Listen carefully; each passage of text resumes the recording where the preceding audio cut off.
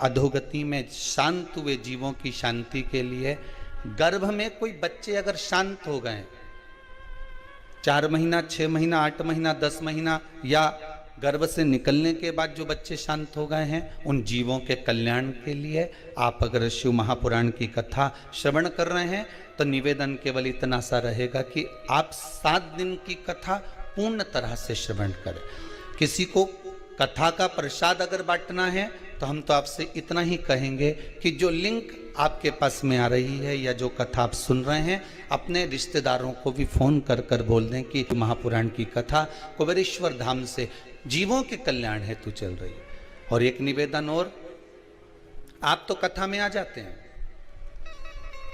आप तो कुबेरेश्वर धाम आ गए या आप अपने घर में बैठकर कथा श्रवण कर रहे हैं, तो कथा में आप तो पहुंच गए या कथा आपने श्रवण कर ली, पर आपका चित्त कथा में लगा ना लगा।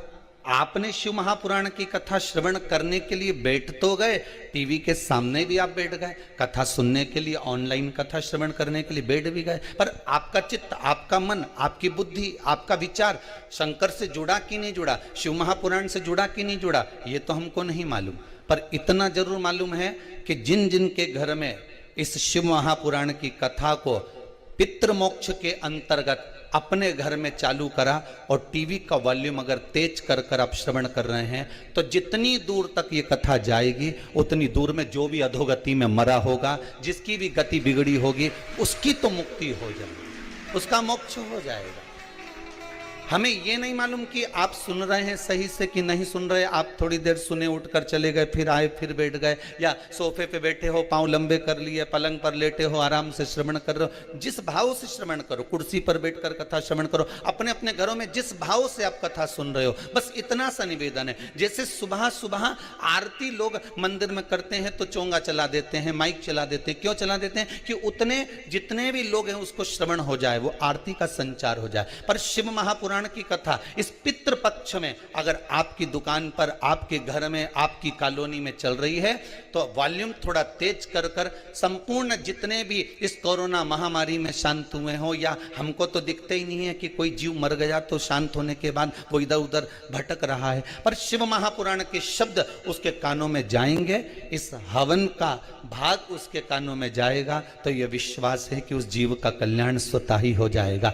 ना उसको पिंड की जरूरत, ना उसको तर्पण की जरूरत होगी, वो स्वतः ही तर जाएगा। साधारण सी शिव महापुराण की कथा नहीं है महाराज। जब भगवान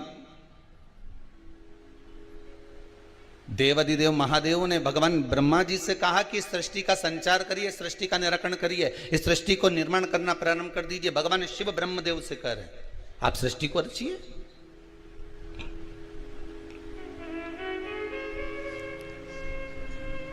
और ब्रह्मा जी ने सृष्टि की रचना करना प्रारंभ करी, तो विचार करा कि मैं पहले सृष्टि को रचूं तो रचूं कैसे, क्या बनाऊं।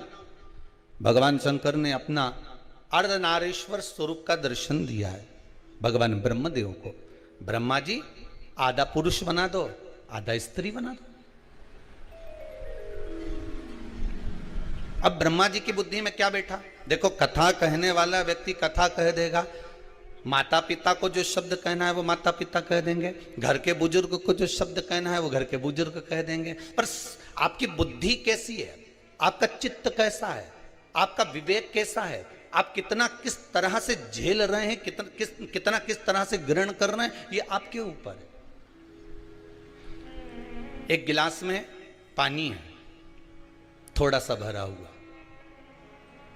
2 व्यक्ति बैठे हैं, आपने एक से कहा ले साहब पानी पी लो, तो वो बोला ये आधा गिलास तो खाली है। फिर दूसरे के पास लेकर गए, ले साहब पानी पी लो, हाँ साहब लाई दीजिए। अरे एक बात अच्छी करी आपने साहब कि आधा गिलास भर के लेके आए। जिसने लिया दूसरे ने, उसने कहा अच्छा हुआ आपने आधा गिलास भर के लेके आए। उसने पूछा क्यों? अगर पूरा गिलास भर के लेके आते तो झलक जाता तो मेरे कपड़े गीले हो जाते। अब एक व्यक्ति कह रहा है कि ये आधा गिलास खाली है, और दूसरा व्यक्ति कह रहा है कि आधा गिलास अच्छा हुआ तुम भर कर लेकर आए। इसमें अच्छा हुआ ये आधा गिलास भरा है, अगर मालूम पड़े पूरा भरा होता तो आधा तो झलक जाता। आधा तो गिर जाता। ये अच्छा हुआ कि आप आधा भर कर लेकर, गिलास वही था, पानी भी उतना ही था, पर व्यक्ति की सोच पर आधारित है। एक को खाली नजर आ रहा है, एक को भरा हुआ नजर आ रहा है। खाली नजर आने वाले को खाली ही दिखेगा, भरे नजर आने वाले को भरा ही दिखेगा। एक बड़ा सुंदर संवाद है महाराज जी। ब्रह्मा जी क्या विचार कर रहे हैं कि अर्धनारीश्वर स्वरूप का दर्शन दिया, तो ब्रह्मा जी ने विचार कर लिया कि मुझे आधा पुरुष बनाना है, आधा स्त्री बनाना है। भगवान शंकर ने कहा था एक पुरुष बनाना, एक स्त्री बनाना। आधा आधा का मतलब है कि आधे ये बना तो आधे ये बना। पर उनकी बुद्धि में तो ये बैठ गया कि आधा आधा मिलाकर बना देना।